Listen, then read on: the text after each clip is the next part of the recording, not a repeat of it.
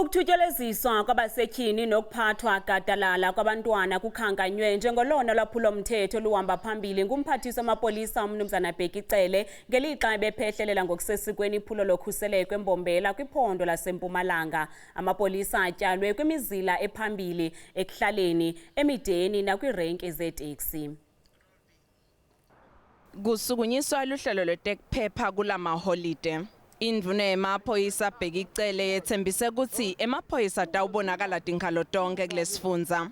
Kushushumbiswa kwebantfu kuthiwa ngikona kuganga lokusetulu kulamalanga eMpumalanga. Kuphepha kwetivakashi talesifundza kubekwe etulu. Tekuvakasha tifaka imali lengemaphesenti lamane emnothweni wesifundza.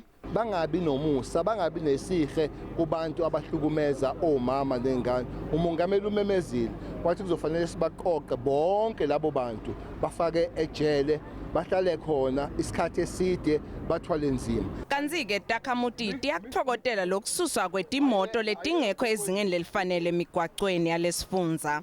Everything in this text is falling apart. Minister kuyasithembisa kakhulu ukuthi konke tilo tawuhamba kahle eMpumalanga. Cele uphinze waba ingxenye yetitatanyiswa letibone kuphasa kwemapolisa emgwaco langetulu kwelikhulu-50. Ngingusiphephile kunene wetindzaba te SABC eMbombela.